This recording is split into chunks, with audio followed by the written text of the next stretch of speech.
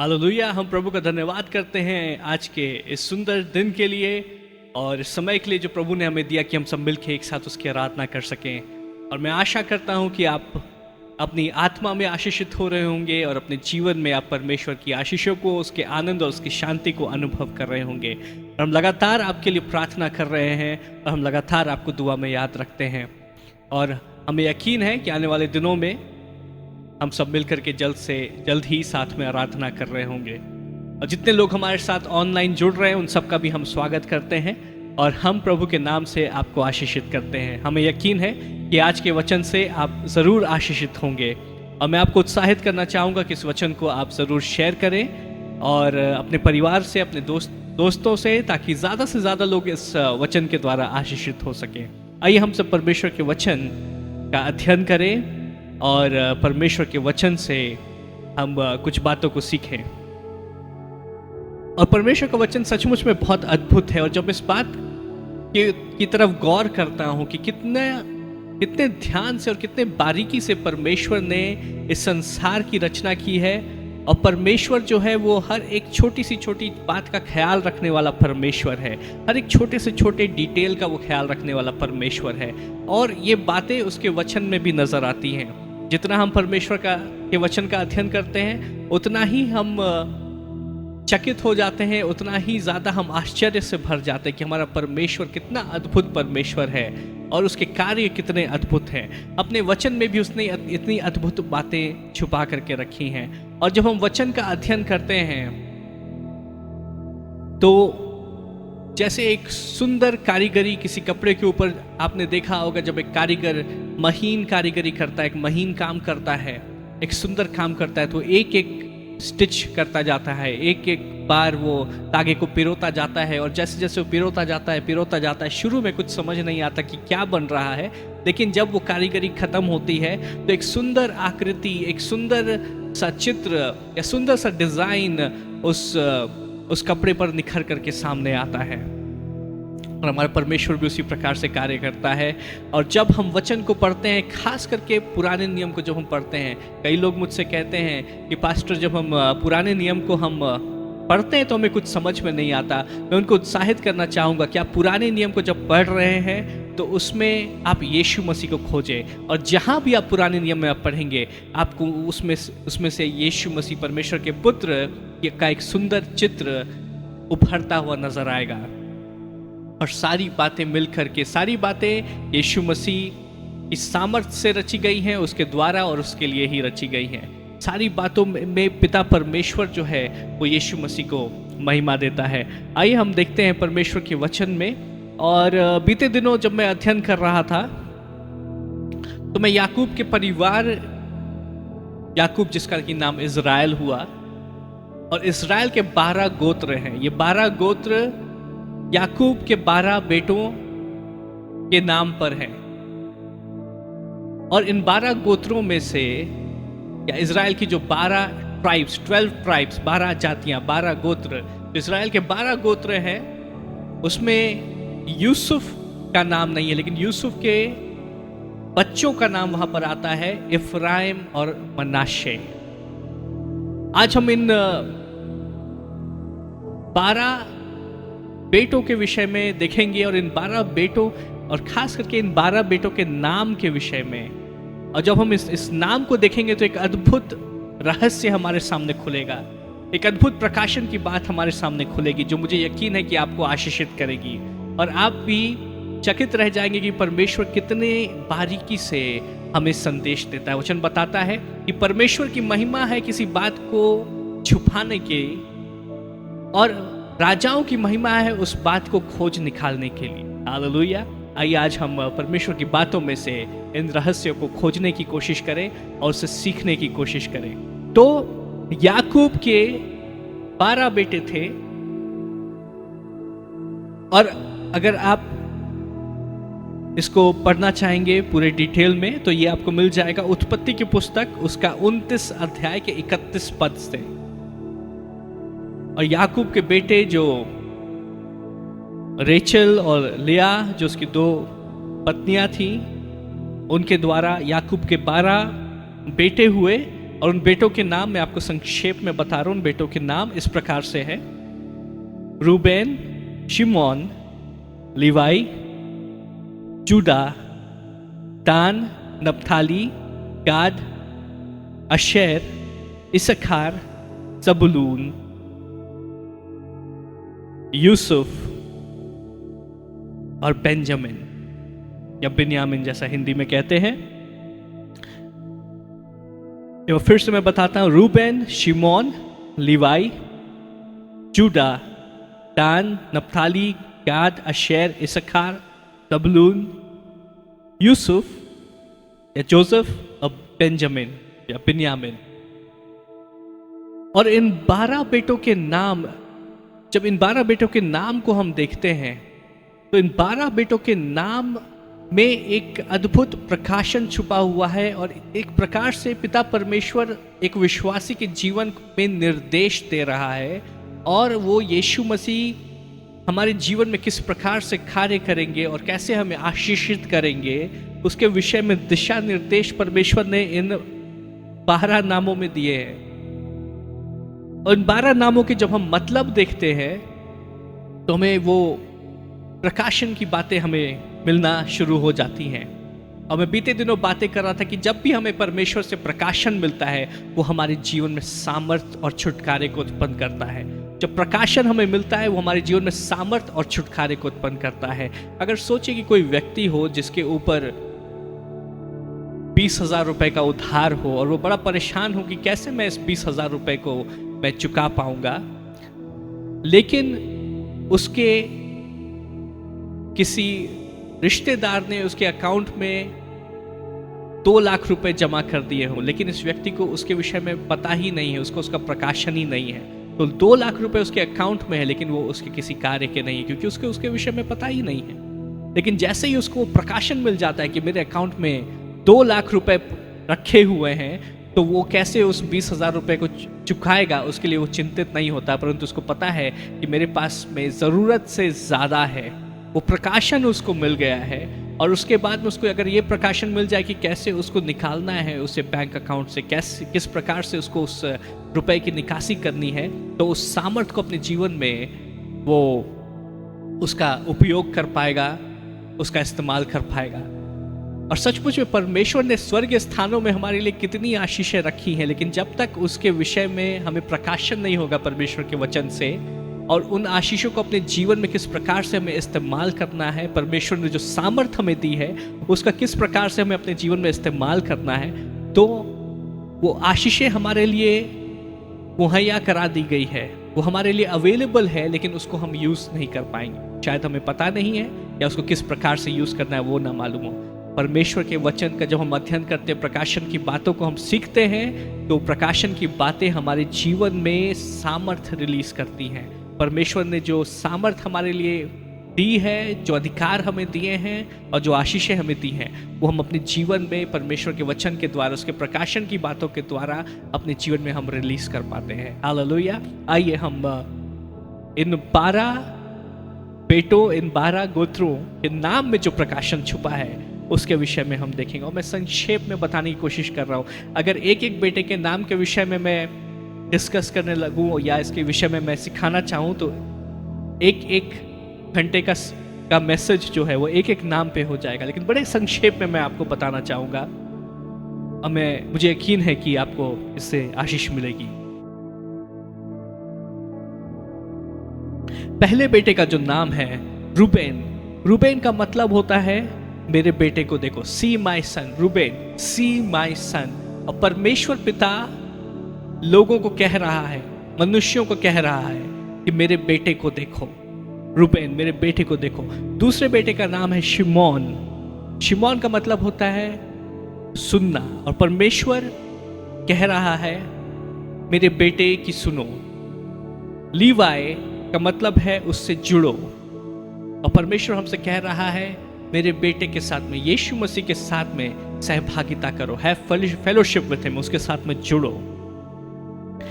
दान का मतलब होता है न्याय, और यीशु मसीह जो है, यीशु मसीह इस संसार का न्याय करने वाला है। और जो एक न्याय होता है, उससे हमें डरने की भी आवश्यकता है। और वो ऐसा डरना है जो कि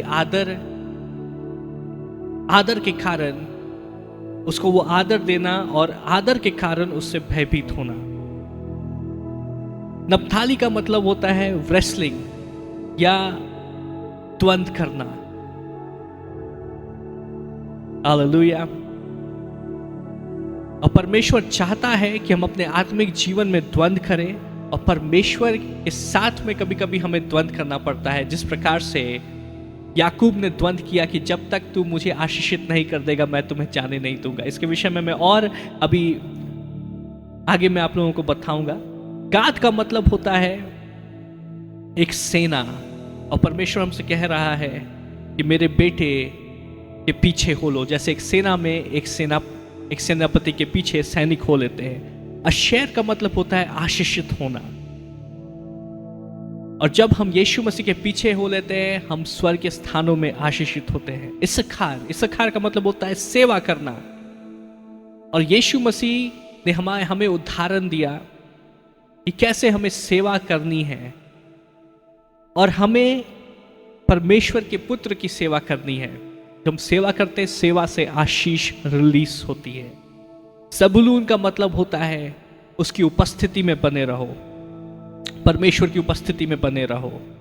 यूसुफ का मतलब होता है बढ़ोतरी या वो बहुतायत का जीवन जिसके विषय में परमेश्वर हमसे कहता है। और बिन्यामिन का मतलब होता है दुखी पुरुष, मैन ऑफ सॉरोज, और मेरे दाहिने हाथ का बेटा, son of my right hand. हमें पता है कि यीशु मसीह जो थे वो he was called the man of sorrows. उनको एक दुखी मनुष्य बताया गया। उन्होंने हमारे दुखों को अपने ऊपर उठा लिया, और यीशु मसीह ने मृत्यु पे जय हासिल करके वे परमेश्वर के दाहिने हाथ बैठे। और जो हम देखते हैं इन 12 गोत्रों के नाम के विषय में, हम देखते हैं इसमें रहस्य छुपा हुआ है, और परमेश्वर ने हमें एक संदेश दिया है। आइए एक एक नाम को हम देखते हैं जल्दी से संक्षेप में।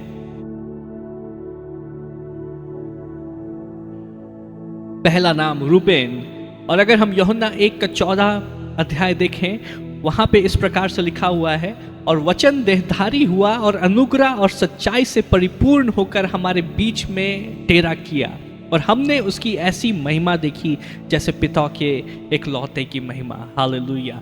यीशु मसीह हमारे बीच में, परमेश्वर का वचन वो देहधारी हुआ, और हमने यीशु मसीह की महिमा को देखी। हमें जब पुराने नियम में हम देखते हैं कि इस्राएलियों ने जब पाप किया और परमेश्वर ने उनके बीच में सांपों को छोड़ दिया ताकि सांप उनको घात करे और वे नाश हो, और इस्राएलियों ने परमेश्वर को पुकारा, तो परमेश्वर ने मूसा को कहा कि एक पोल के ऊपर एक ब्रॉन्ज स्नेक को तुम उसके ऊपर लटकाओ, एक पोल के ऊपर एक सांप को तुम लटकाओ, और वो जो सांप था वो पोल, वो खंबा यीशु मसीह के क्रूस को दर्शा रहा था, और उसके ऊपर जो सांप था वो यीशु मसीह को दर्शा रहा था, क्योंकि यीशु मसीह ने सारे पापों को अपने ऊपर ले लिया। और जितने लोगों ने उस सांप की ओर नजरें की, वे उस विष से, सांप के विष से और सांपों के द्वारा नाश होने से बचाए गए। हालेलुया। जितने लोगों ने उस सांप की ओर नजर की, उस खंबे पे लटके हुए सांप की ओर नजर की, वे सब बचाए गए। अब परमेश्वर मुझसे और आपसे कह रहा है, रूबेन मेरे बेटे की ओर देखो। जितने लोग यीशु मसीह की ओर देखेंगे वे उद्धार पाएंगे। हालेलुया। जितने लोग यीशु मसीह की ओर देखेंगे वे पाप के श्राप से उद्धार पाएंगे, पाप के और श्राप से और मृत्यु से वे छुटकारा पाएंगे, वे उद्धार पाएंगे। परमेश्वर आज मुझसे और आपसे कह रहा है, मेरे बेटे की ओर देखो। और वचन देहधारी हुआ और अनुग्रह और सच्चाई से परिपूर्ण होकर हमारे बीच में डेरा किया, और हमने उसकी ऐसी महिमा देखी जैसे पिता की एकलौते की महिमा। शिमोन का मतलब होता है हियर हिम, परमेश्वर के पुत्र को देखो, यीशु मसीह को देखो और उसकी सुनो। यूहन्ना 5:24 में इस प्रकार से लिखा है, यीशु मसीह कहते हैं, मैं तुमसे सच सच कहता हूं, जो मेरा वचन सुनकर मेरे भेजने वाले की प्रतीति करता है, अनंत जीवन उसका है और उस पर दंड की आज्ञा नहीं होती, परंतु वह मृत्यु से पार होकर जीवन में प्रवेश कर चुका है। हालेलुया। पिता परमेश्वर कह रहे हैं, मेरे बेटे की सुनो। और यीशु मसीह कह रहे हैं कि जो कोई मेरी बातों को सुनता है और मेरे भेजने वाले की प्रतीति करता है, वो अनंत जीवन का उत्तराधिकारी होगा और उसके ऊपर दंड की आज्ञा नहीं होगी और मृत्यु से पार होकर के वो जीवन में प्रवेश कर चुका है। हालेलुया। यीशु मसीह जो कि जीवन की बातें बोलते हैं, यीशु मसीह जो कि उद्धार की बातें बोलते हैं, यीशु मसीह जो कि छुटकारे की बातें बोलते हैं, यीशु मसीह जिसकी बातों से तूफान भी शांत हो जाते हैं। परमेश्वर पिता आज मुझसे और आपसे कह रहा है, मेरे बेटे की सुनो। हालेलुया। परमेश्वर कह रहा है, मेरे बेटे को देखो और मेरे बेटे की सुनो। तीसरी बात, लीवाई का मतलब होता है बी जॉइंट टू हिम, उससे जुड़ो, उसके साथ में सहभागिता करो। और यीशु मसीह यूहन्ना 15:5 में इस प्रकार से कहते हैं, मैं दाखलता हूं, तुम डालियां हो, जो मुझ में बना रहता है और मैं उसमें, वो बहुत फलता है, क्योंकि मुझसे अलग होकर के तुम कुछ भी नहीं कर सकते। Hallelujah. Have fellowship with Christ. Yeshu Masih के साथ में जुड़ जाएं, यीशु मसीह के साथ में, यीशु मसीह में ऐसा खो जाए कि जैसे यीशु मसीह ही हम में बढ़ता जाए और हम घटते जाएं। हालेलुया। हमें यीशु मसीह और यीशु मसीह ही नजर आए और हम घटते जाएं और वो हमें बढ़ता जाए। परमेश्वर पिता कह रहे हैं कि मेरे बेटे के साथ में जुड़ जाओ, हैव फेलोशिप विथ हिम। यीशु मसीह कहते हैं, मैं तुम्हारे हृदय के दरवाजे पे खड़े होकर के खटखटाता हूँ, अगर तुम अपने हृदय के दरवाजे को खोलोगे तो मैं तुम्हारे साथ आकर के सहभागिता करूंगा। हालेलुया। आज अपने हृदय के दरवाजे को खोलें, यीशु मसीह को देखें, यीशु मसीह की आवाज़ को सुने और यीशु मसीह के साथ में सहभागिता करें। और जब हम यीशु मसीह जो कि सच्ची दाखलता है, जो कि जीवनदायी है, जब हम यीशु मसीह के साथ में जुड़े होंगे तो हमारे जीवन में परमेश्वर की सामर्थ का, उसके प्राणदायी सामर्थ का, उसके जीवन का संचार होगा और हमारे जीवन का हर एक क्षेत्र, हर एक आयाम वो उन्नति करेगा, वो हरा भरा होगा, उसमें जीवन होगा। और यीशु मसीह कहते हैं कि जब तुम मुझ में जुड़े रहोगे तो तुम बहुत फल लाओगे। हालेलुया। आप जिस काम को हाथ लगाएंगे वो उन्नति करेगा, आपका आत्मिक जीवन उन्नति करेगा। जब तुम मुझ में जुड़े होगे तो तुम बहुत फल लाओगे, परंतु मुझसे जुदा होकर के तुम कुछ भी नहीं कर सकते हो। यीशु मसीह साफ कह रहे हैं, अगर तुम मुझ में बने ना रहोगे तो तुम कुछ भी ना कर पाओगे। जो लोग यीशु मसीह में बने नहीं रहते, उसकी बातों में बने नहीं रहते, उसके वचनों को लेकर के गंभीर नहीं होते, जो अपना जीवन समर्पण नहीं करते हैं, वो अपने जीवन में कुछ नहीं कर पाते। वे निराशा के घेरे में कैद हो जाते हैं, वे निराशा में और उनकी सामर्थ्य जाती रहती है, वे असहाय हो जाते हैं, वे निर्बल हो जाते हैं। परंतु जो यीशु मसीह में बना रहता है वो बलवान है, उसकी कमजोरी में भी परमेश्वर की सामर्थ्य सिद्ध होती है। हालेलुया। तो परमेश्वर पिता कह रहे हैं, मेरे बेटे को देखो, उसकी सुनो और उसके साथ में जुड़ जाओ। हालेलुया। मेरी प्रार्थना है कि हम सब यीशु मसीह को और भी करीबी से अनुभव करें और यीशु मसीह के साथ में हम जुड़ जाएं। हालेलुया। कि हम उसके साथ सहभागिता करें। जब ऐसा होगा, जब यीशु मसीह के साथ में हम जुड़ जाएंगे तो यीशु मसीह के व्यक्तित्व का प्रकाशन हमें मिलना शुरू होगा, परमेश्वर पिता का प्रकाशन हमें मिलना शुरू होगा, उसके प्रेम को हम जानेंगे, उसके हृदय की बातों को हम जानेंगे, उसके अद्भुत बातें, ज्ञान की बातें, सामर्थ की बातें हमारे ऊपर व्यक्त होना शुरू हो जाएंगी। और जब ऐसा होता है तो उसका जो परिणाम होता है हमारे जीवन में वो क्या होगा? उसके याकूब के चौथे बेटे का नाम यहूदा था। याकूब जिसका नाम परमेश्वर ने इज़राइल किया, तो अब मैं इज़राइल ही बोलूंगा। तो इज़राइल के चौथे बेटे का क्या नाम हुआ? यहूदा। और यहूदा का मतलब होता है प्रेज हिम, उसकी स्तुति करो। और उसकी स्तुति करना ये परमेश्वर के साथ, परमेश्वर के बेटे को देखना, उसकी सुनना और उसके साथ सहभागिता, करने का परिणाम है, उसका प्रभाव है। तो स्तुति अपने आप से, हमारे अंदर से फूट निकलेगी और हम परमेश्वर को पुकारेंगे और उसकी स्तुति करेंगे, यीशु मसीह की स्तुति करेंगे, उसको हम आदर देंगे, उसको महिमा देंगे। और हमें मालूम है वचन से कई बार हमने देखा है, कई घटनाओं से देखा है कि जब हम स्तुति करते हैं तो शत्रु के गढ़ ढह जाते हैं। वो बीमारी का गढ़ ढह जाएगा, वो परेशानी का गढ़ ढह जाएगा, वो अशांति का गढ़ ढह जाएगा। हालेलुया। परमेश्वर हर एक बाधाओं को दूर कर देता है जब हम परमेश्वर की स्तुति करते हैं। और स्तुति करना यीशु मसीह के को जानने का प्रभाव है, उसका परिणाम है। प्रकाशित वाक्य 4:10 में इस प्रकार से लिखा है, The 24 elders fall down before him who sits on the throne and worship him। 24 प्राचीन जो हैं वे अपने घुटनों पर गिर के उसकी आराधना करते हैं जो सिंहासन पर बैठा है। And worship him who lives forever and ever। वे उसकी आराधना करते हैं जो सदा और सदा के लिए जीवित है। They lay their crowns before the throne and say, You are worthy, our Lord and God, to receive glory, honor and power। वे अपने मुकुट को परमेश्वर के सिंहासन के सामने रखते हैं और वे कहते हैं कि तू आदर और महिमा और सामर्थ के योग्य है, क्योंकि तूने सारी बातें बनाई है। For you created all things and by your will they were created. क्योंकि तूने सारी बातों की रचना की है और तेरी इच्छा से सारी बातें रची गई हैं और तेरी इच्छा के द्वारा वे सारी बातें वे मौजूद हैं। हालेलुया। यहाँ हम देखते हैं कि कैसे प्राचीन, और ये जो प्राचीन है जिसके विषय में प्रकाशित वाक्य में लिखा हुआ है, ये 24 प्राचीन कलीसिया को दर्शाते हैं।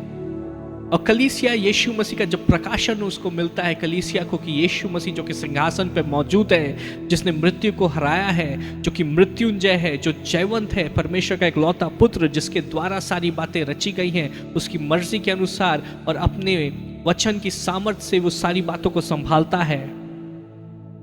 जब उसके वचन का जब यीशु मसीह का हमें प्रकाशन मिलता है तो उसका प्रभाव क्या होता है? हम अपने घुटनों पे आ जाते हैं, अपने मुकुट हम उसके कदमों पे रखते हैं, समर्पण करते हैं और हम उसको महिमा देते हैं। तू आदर और महिमा और सामर्थ के योग्य परमेश्वर है, तुझ जैसा कोई नहीं है। तूने ही सारी बातों की सृष्टि की है और सारी बातें तेरे द्वारा ही मौजूद है, तू सारी बातों को संभालता है। हालेलुया। परमेश्वर कह रहा है, परमेश्वर के वचन में इस प्रकार से लिखा है, यीशु मसीह ने कहा कि पिता ऐसे आराधकों को खोज रहा है जो आत्मा और सच्चाई के साथ में आराधना करते हैं। जब दिल से हमारी आराधना निकलती है, जब हम सचमुच में अपने घुटनों पर को टेक देते हैं, जब अपने मुकुट को हम रख देते हैं, संसार की सारी चिंताओं को, सारी बातों को, सारे अपने ईगो को, हर एक चीज़ों को जब हम परमेश्वर के घुटनों पे रख देते हैं और हम उसकी आराधना करते हैं, पिता ऐसे आराधकों को खोज रहा है। तो परमेश्वर कहता है, मेरे बेटे को देखो, उसकी सुनो, उसके साथ में सहभागिता करो और उसकी आराधना करो, उसको महिमा दो। 5वें बेटे का नाम दान, और दान का मतलब होता है न्याय करने वाला या न्याय। और परमेश्वर हमसे कह रहा है कि यीशु मसीह इस संसार का न्याय करने वाला है। वो पहली बार यीशु मसीह आए तो इस संसार को बचाने के लिए आए, लेकिन दूसरी बार जब यीशु मसीह आएंगे तो इस संसार का न्याय करने के लिए आएंगे। और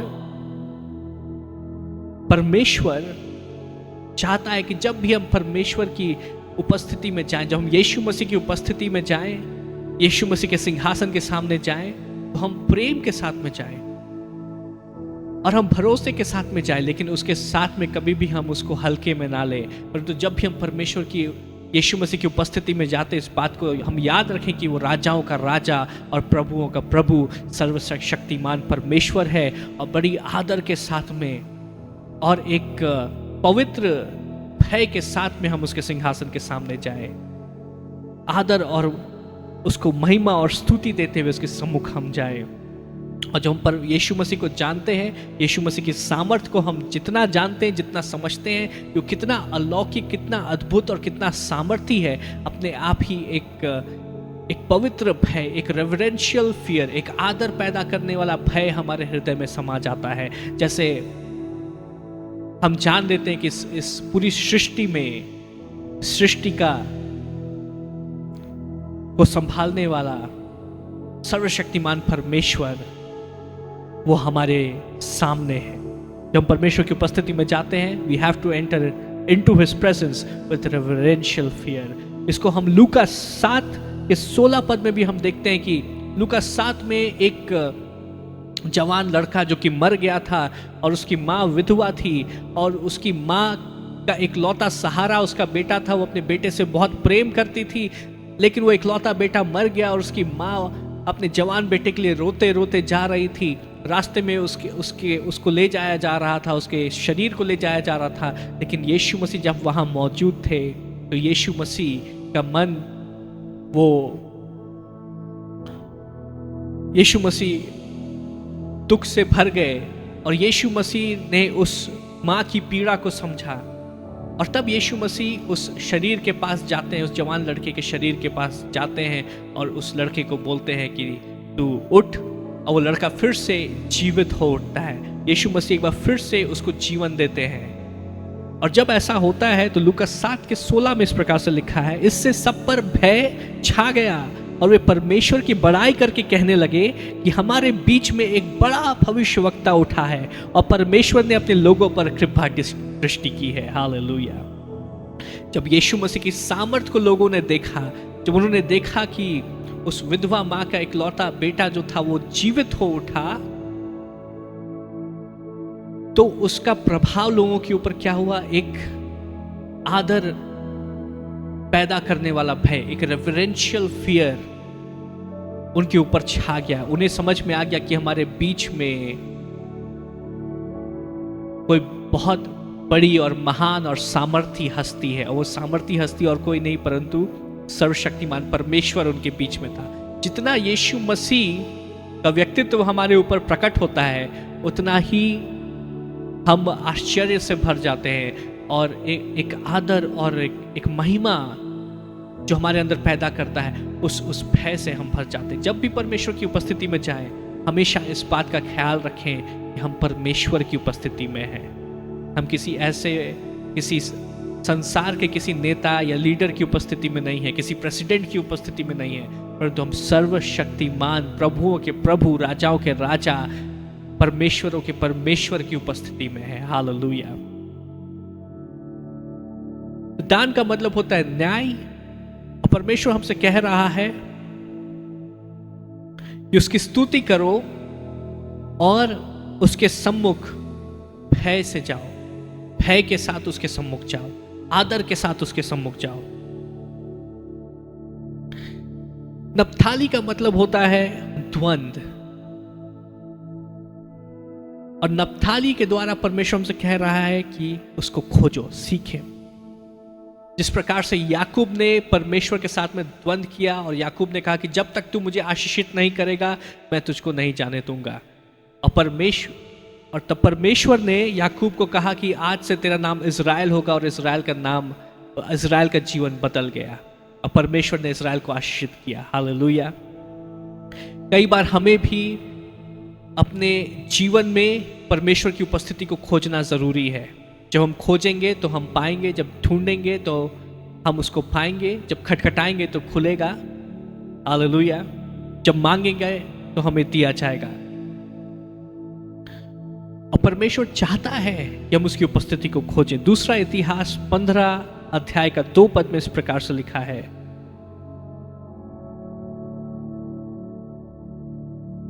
जब तक तुम यहोवा के संग रहोगे तब तक वह तुम्हारे संग रहेगा, और यदि तुम उसकी खोज में लगे रहो तब तो वह तुमसे मिला करेगा, परंतु यदि तुम उसको त्याग दोगे तो वो भी तुमको त्याग देगा।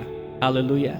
कई लोग परमेश्वर को हल्के में ले लेते हैं, कई लोग परमेश्वर की बातों को अनदेखा करते हैं, कई लोग परमेश्वर की उपस्थिति को खोजते नहीं हैं और वे अपने जीवन में दूसरी बातों को प्राथमिकता देते हैं। अगर उनको शॉपिंग जाना है या कलीसिया में आराधना करने जाना है तो परमेश्वर की बातों को वो प्राथमिकता नहीं देते, वे शॉपिंग चले जाते हैं और दूसरी इस संसार की बातों को प्राथमिकता देते हैं। अगर उनको रिश्तेदारों से मिलने जाना है या कलीसिया में जाना है परमेश्वर के साथ में आराधना करने, परमेश्वर की आराधना करने के लिए, तो वे रिश्तेदारों से मिलने चले जाते हैं। तो प्रार्थना की बात आती है तो प्रार्थना की बातों को पीछे कर दिया जाता है और दुनिया की बातों को आगे कर दिया जाता है।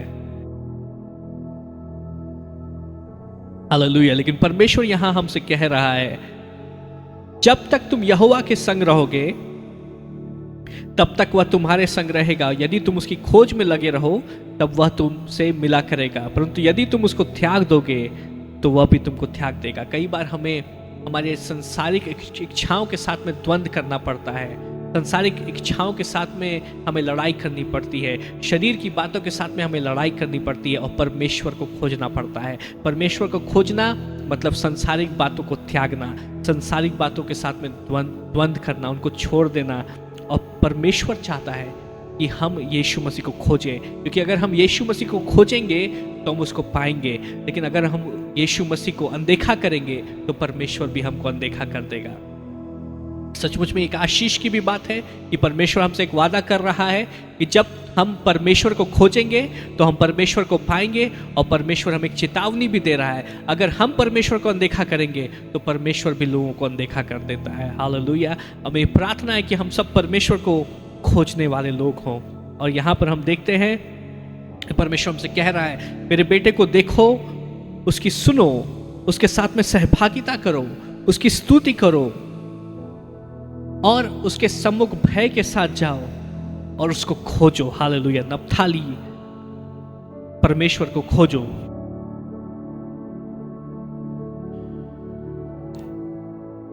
गाद, और गाद का मतलब होता है फॉलो हिम, उसके पीछे चलना।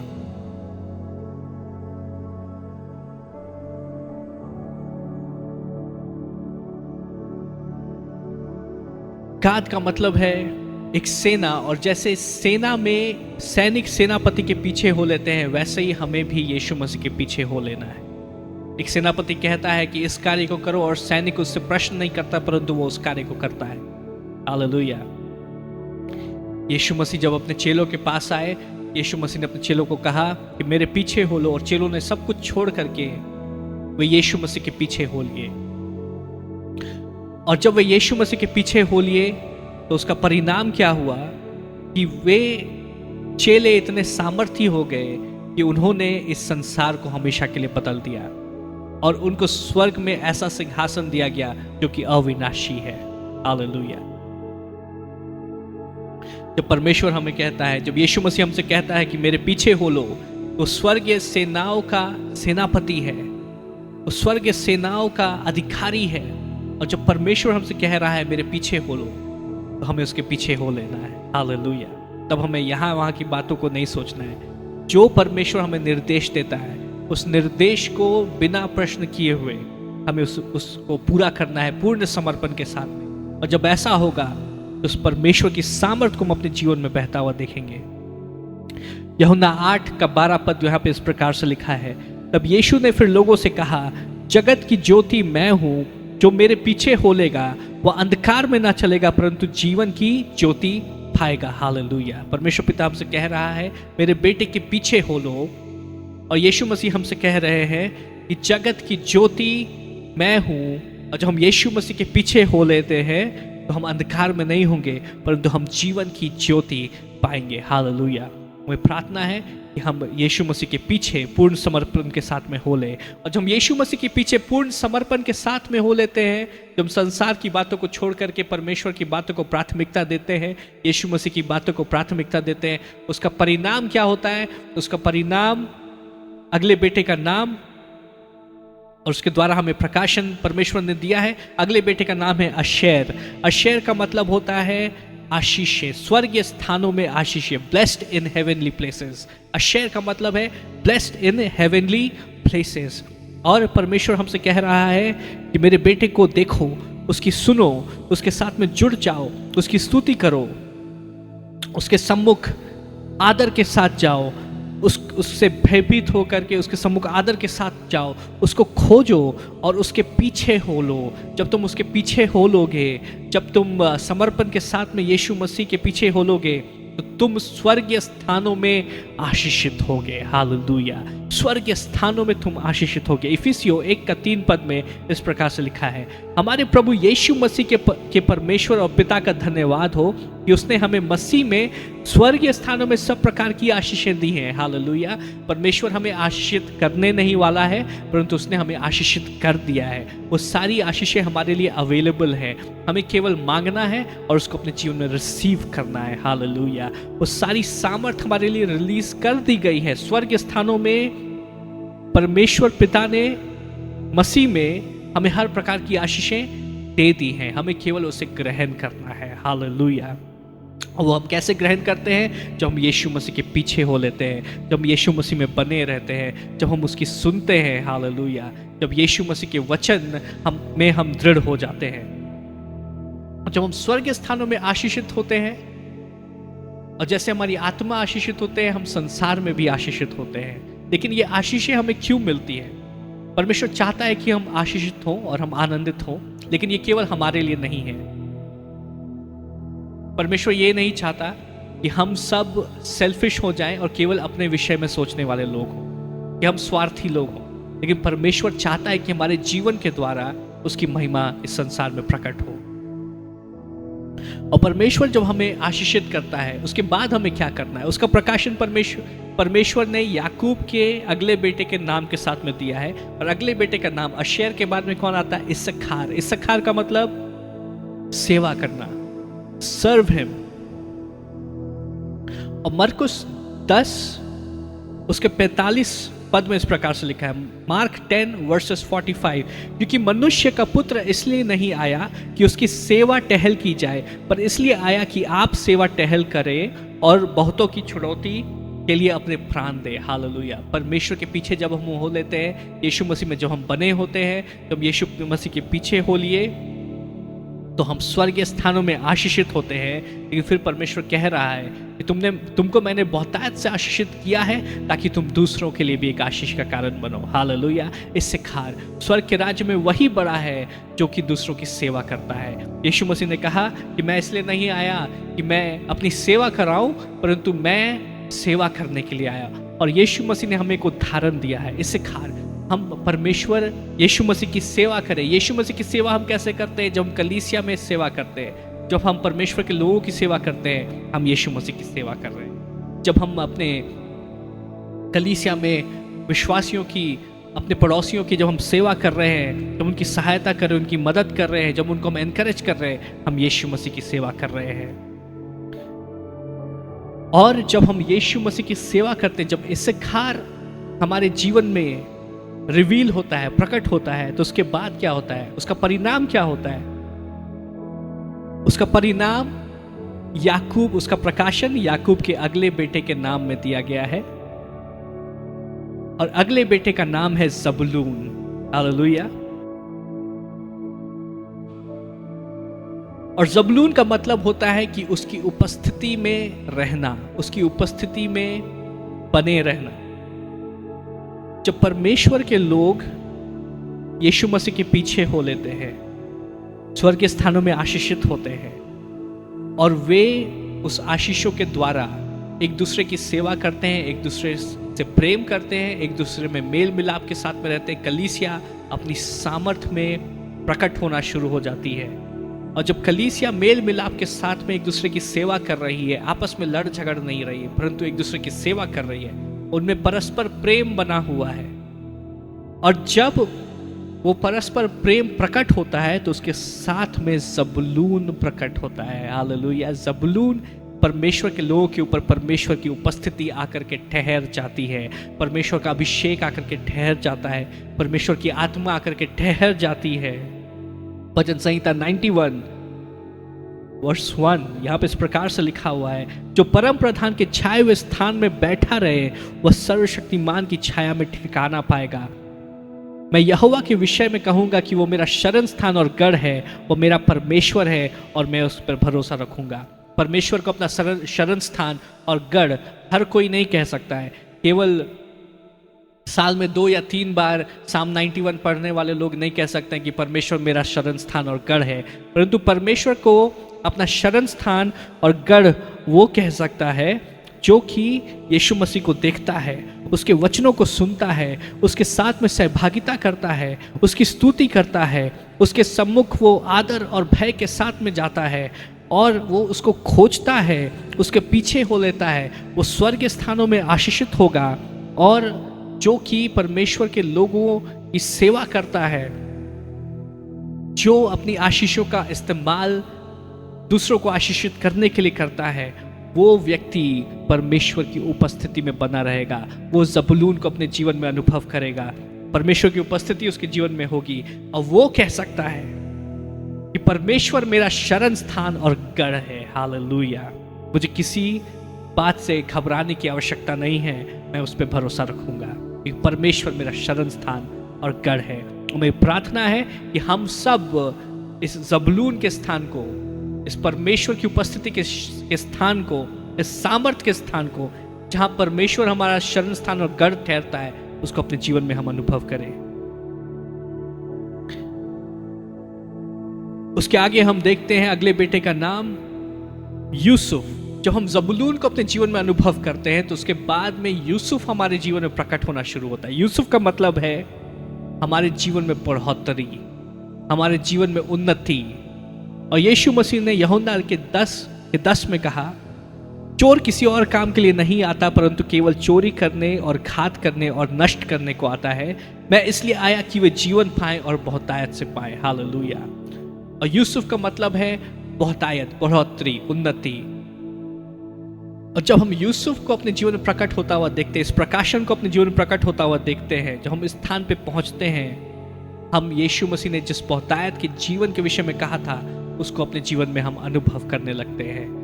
हमारे जीवन में उन्नति होती है, हम परमेश्वर के वादों के अनुसार अपने जीवन में आशीषों को प्रकट होता हुआ देखते हैं।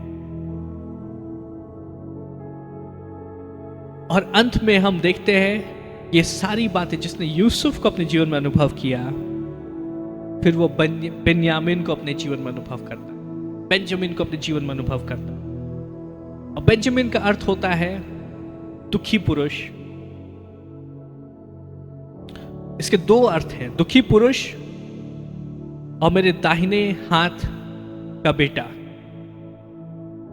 या मेरे दाहिने तरफ रहने वाला बेटा। यशाया आइज़ाया 53 वर्सेस 3 यहाँ पे इस प्रकार से लिखा है, वह तुच्छ जाना जाता और मनुष्यों का त्यागा हुआ था, वह दुखी पुरुष था, रोग से उसकी जान पहचान थी और लोग उससे मुख फेर लेते थे। वह तुच्छ जाना गया और हमने उसका मूल्य ना जाना। यीशु मसीह ने अकेलेपन को अनुभव किया, मनुष्य ने उनको त्यागा था, वो दुखी थे, उन्होंने हमारे सारे दुखों को अपने ऊपर उठा लिया और रोग से उसकी जान पहचान थी। वो जानते थे कि कैसा लगता है जब लोग परेशान होते हैं, दुख में होते हैं,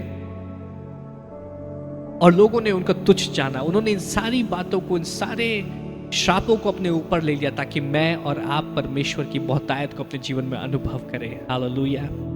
बेन्यामीन का मतलब होता है मैन ऑफ सॉरोज। यीशु मसीह वो व्यक्ति थे जो हमारे लिए श्राप बने ताकि मैं और आप परमेश्वर की धार्मिकता ठहरे। परमेश्वर का एक लौता पुत्र, वो हमारे लिए उसने हमारे श्रापों को अपने ऊपर ले लिया ताकि परमेश्वर की आशीषों, उसकी धार्मिकता और उसकी बहुतायत को हम और आप अपने जीवन पे अनुभव करें। और यीशु मसीह ने मृत्यु और श्रापों को हरा करके उस पर जय हासिल की। उस पर यीशु मसीह जयवंत हुए और उसके बाद वो पिता के दाहिनी ओर जाकर के बैठे। हालेलुया। तो बेन्यामीन का जो दूसरा मतलब है son of my right hand. फिलिपियो 2:9 से 11 अगर हम पढ़ेंगे, यहां इस प्रकार से लिखा है, Therefore God has highly exalted him and has freely bestowed on him the name that is above every name। क्योंकि यीशु मसीह आज्ञाकारी बने रहे, यहां तक कि उन्होंने मृत्यु भी सह ली और हमें पापों से और उसका जो मोल है उससे आजाद किया, श्रापों से आजाद किया। तो परमेश्वर ने उनको ऊंचा स्थान दिया और हर एक नाम के ऊपर यीशु मसीह का नाम परमेश्वर ने ठहराया। That at the mention of the name of Jesus every knee shall bow, of those in heaven, those on earth and those under। कि यीशु मसीह के नाम के आगे हर एक घुटना टिकता है, जो कि स्वर्ग में है, पृथ्वी में है या पृथ्वी के नीचे, हर एक घुटना, हर एक सामर्थ यीशु मसीह के नाम के आगे अपने घुटने को टेकती है। And that every tongue shall confess that Jesus Christ is Lord to the glory of God the Father। और हर एक जुबान इस बात को मानती है कि यीशु मसीह ही प्रभु है, कि वो सर्वशक्तिमान परमेश्वर है। हालेलुया। बिन्यामीन, यीशु मसीह जिसने हमारे लिए दुख उठाया, जो हमारे लिए कुर्बान हुआ और आज जो कि राज्य करता है, जो कि सर्वशक्तिमान परमेश्वर है और सारी बातों के ऊपर अधिकार रखता है। तो जो व्यक्ति यीशु मसीह को देखता है, उसकी सुनता है, उसके साथ में सहभागिता करता है, उसकी स्तुति करता है, उसको भय के साथ उसके सम्मुख जाता है और उसको आदर देता है, उसको खोजता है, उसके पीछे हो लेता है, वो स्वर्गीय स्थानों में आशीषों को अनुभव करेगा, स्वर्गीय स्थानों में वो आशीषित होगा और उन आशीषों से वो दूसरों की सेवा कर पाएगा, दूसरों को वो आशीषित कर पाएगा। जो वो दूसरों को आशीषित करता है तो वो यीशु मसीह की सेवा कर रहा है। और जो व्यक्ति अपनी आशीषों के साथ में विश्वास योग्य होगा, जो उन आशीषों से दूसरों की सेवा कर रहा है, वो अपने जीवन में ज़बूलून को अनुभव करेगा, वो परमेश्वर की उपस्थिति को अपने जीवन में अनुभव करेगा और परमेश्वर की उपस्थिति उसके जीवन के ऊपर ठहरी रहेगी। वो परमेश्वर से कह सकेगा कि परमेश्वर तू मेरा शरण स्थान और तू मेरा गढ़ है। ऐसा व्यक्ति यूसुफ को अपने जीवन में अनुभव करेगा और उसके जीवन में बढ़ोतरी होती जाएगी, अभिषेक में बढ़ोतरी होती जाएगी, उसके आनंद, उसकी शांति में, उसके प्रभाव में, उसकी आशीषों में लगातार बढ़ोतरी होती जाएगी। और वो जीवन जिसके विषय में यीशु मसीह ने कहा था कि तुम बहुतायत के जीवन को अनुभव करोगे, उस जीवन को वो अनुभव कर पाएगा और अंत में उसको परमेश्वर का प्रकाशन मिलेगा कि यीशु मसीह जिसने हमारे लिए सारे दुखों को उठाया, आज वो सर्वशक्तिमान परमेश्वर है और हर एक बात के ऊपर, हर एक सामर्थ के ऊपर, हर एक नाम के ऊपर उसका नाम है और सारी बातों पे वो राज्य करता है। और ये भी अद्भुत है कि इन 12 गोत्रों के नाम जो हैं वो रूबेन, सी माय सन, मेरे बेटे को देखो, रूबेन मेरे बेटे को देखो, यीशु मसीह से शुरू होता है। और बेन्यामीन मेरे दाहिने हाथ, मेरे दाहिने हाथ की तरफ जो बेटा है, या यीशु मसीह जो कि यीशु मसीह को दर्शा रहा है, यीशु मसीह से शुरू हुआ और यीशु मसीह पे खत्म हुआ। आदि और अंत यीशु मसीह है। हालेलुया। और ये पिता परमेश्वर का एक संदेश है विश्वासियों के लिए, एक दिशा निर्देश, एक गाइड है कि अगर तुम परमेश्वर की बहुतायत को अपने जीवन में अनुभव करना चाहते हो तो इस दिशा निर्देश का पूरे हृदय के साथ में पालन करो और तुम अपने जीवन में अद्भुत आत्मिक छुटकारे को, अद्भुत आत्मिक स्तर को, अद्भुत आत्मिक आशीषों को तुम अपने जीवन में देखो। हालेलुया। और मैं आशा करता हूँ कि आज के वचन से आप आशीषित हुए होंगे और आप उत्साहित होंगे अपने आत्मिक जीवन में यीशु मसीह को खोजने के लिए, उसकी करीबी को अनुभव करने के लिए, उसके पीछे हो लेने के लिए, उसके साथ में जुड़ जाने के लिए। हालेलुया। हम परमेश्वर का धन्यवाद करते हैं आज के वचन के लिए। और आइए इस समय हम सब मिल करके प्रार्थना करें। प्रभु मैं तेरा धन्यवाद करता हूँ इस सुंदर समय के लिए। प्यार प्रभु जी, अपने वचनों से तूने हमसे बोला और बातचीत किया, उसके लिए हम तेरा धन्यवाद करते हैं। प्रभु इस समय हर एक व्यक्ति जो कि हमारे साथ में जुड़ रहा है उनको मैं तेरे नाम से आशीषित करता हूँ। प्रभु मैं प्रार्थना करता हूँ कि तेरी भरपूरी को और तेरी बहुतायत को हम अपने जीवन में अनुभव करें। आत्मिक रूप से हम तेरी करीबी को अपने जीवन में अनुभव करें। आत्मिक रूप से हम तेरे करीब होते जाएं, तुझ में बने रहें, तुझ में बढ़ते जाएं। प्यारे प्रभु जी, एक दूसरे की सेवा करते रहे। हालेलुया। और तेरी उपस्थिति हमारे जीवन के ऊपर ठहरी रहे। हालेलुया। तेरा प्रकाशन हमें मिलने पाए। हालेलुया। जैसे हम तुझ में बढ़ते हैं प्रभु, इस संसार में तेरी आशीषों को और तेरी सामर्थ को अपने जीवन के द्वारा हम प्रकट होता हुआ देखें। तू हमें बढ़ता जाए प्रभु और हम घटते जाए। हालेलुया। परमेश्वर हर एक व्यक्ति जो हमारे साथ में जुड़ा है इस समय प्रभु मैं उनको तेरे नाम से आशीषित करता हूँ। आज का वचन उनके जीवन में जड़ पकड़े और फलवंत होने पाए। हालेलुया। लाइट मिनिस्ट्री कलीसिया को परमेश्वर मैं तेरे नाम से आशीषित करता हूँ। उससे जुड़े हर एक परिवार को प्रभु मैं तेरे लहू से कवर करता हूँ और उनके जीवन के ऊपर तेरी सुरक्षा को ठहराता हूँ। कोई भी वायरस, कोई भी महामारी उनको छूने ना पाए परमेश्वर, ना उनके डेरे के निकट आए। हालेलुया। प्रभु तेरा धन्यवाद करते हैं। अपने लोगों को तू लगातार उत्साहित रख, उनसे तू बातचीत कर प्यारे प्रभु जी, और अपनी उपस्थिति में तू उनको संभाल करके रख प्रभु। हालेलुया। प्रभु हमारे पार्टनर्स को मैं तेरे नाम से आशीषित करता हूँ प्यारे प्रभु जी। हालेलुया। हाँ प्रभु, मैं प्रार्थना करता हूँ प्रभु, जैसे विश्वास योग्यता के साथ वो हमारे साथ में खड़े हैं प्रभु, तू उनको आशीषित कर, उनके जीवन में प्रभु वो 30 गुना 60 गुना और 100 गुना बढ़ोतरी देखने पाए, और तेरे राज्य का कार्य, तेरे राज्य का प्रचार इसी प्रकार गति के साथ में लगातार होता जाए। प्रभु हमारी सहायता और मदद कर, ताकि पूरी ईमानदारी के साथ में हम तेरी सेवा करते जाए। प्रभु इस समय लाइट मिनिस्ट्री कलीसिया को और उसके साथ में जुड़े हुए हर एक व्यक्ति, हर एक परिवार को मैं तेरे नाम से आशीषित करता हूँ। एक बार फिर से तेरी शांति, तेरे आनंद को, तेरी सामर्थ को उनके जीवन में रिलीज करता हूँ परमेश्वर। हालेलुया। प्रभु सारी आदर महिमा हम तुझको देते हैं, तेरे प्रेम के लिए हम तेरा धन्यवाद करते हैं। यीशु मसीह के सामर्थी नाम से इस प्रार्थना को मांगते हैं, दया से सुन और ग्रहण कर। आमीन। हालेलुया। हम आपका धन्यवाद करते हैं हमारे साथ में बने रहने के लिए, और हम आशा करते हैं कि आज आप ज़रूर उत्साहित हुए होंगे। आने वाले दिनों में हम फिर से मिलेंगे एक नए संदेश के साथ में, और प्रभु आप सबको बहुत आशीष दे।